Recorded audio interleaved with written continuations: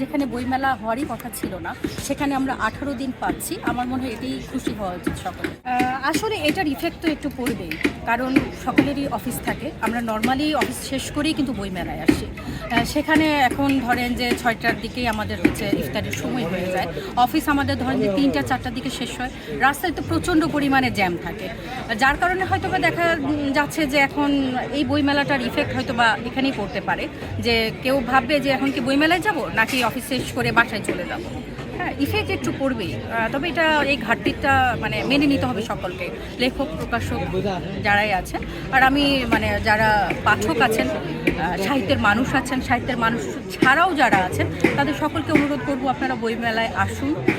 একটু তো কষ্ট হবে, কষ্ট করতেই হয় আমাদেরকে, রোজা থাকলেও যদি পারেন চেষ্টা করেন যে বইমেলাতে ইফতার করলাম সকলকে নিয়ে, এই বই কেনার মানে আহ্বান থাকবে সকলে। এখানে যারা প্রাণ দিয়েছে রমনার ঊর্ধ্বমুখী কৃষ্ণচূড়ার তলায়, যেখানে আগুনের ফুলকির মতো এখানে ওখানে জ্বলছে অসংখ্য রক্তের ছাপ, সেখানে আমি কাঁদতে আসি। আজ আমি শোকে বিহ্বল নই, আজ আমি ক্রোধে উন্মত্ত নই, আজ আমি প্রতিজ্ঞায় অবিচল।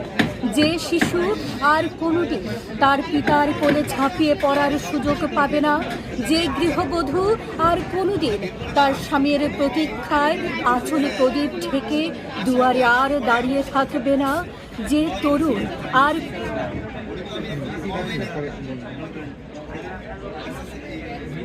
যে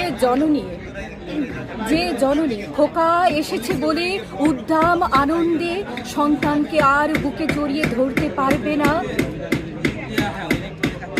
যে তরুণ মাটির কোলে লুটিয়ে পড়ার আগে বারবার প্রিয়তমার একটি ছবি চোখে আনতে চেষ্টা করেছিল, সেই অসংখ্য ভাই বোনদের নামে আমার হাজার বছরের ঐতিহ্যে লালিত যে ভাষায় আমি মাকে সম্বোধনে অভ্যস্ত, সেই ভাষা ও স্বদেশের নামে এখানে এই বিশ্ববিদ্যালয়ের উন্মুক্ত প্রাঙ্গণে আমি তাদের ফাঁসের দাবি নিয়ে এসেছি, যারা আমার অসংখ্য ভাই বোনদের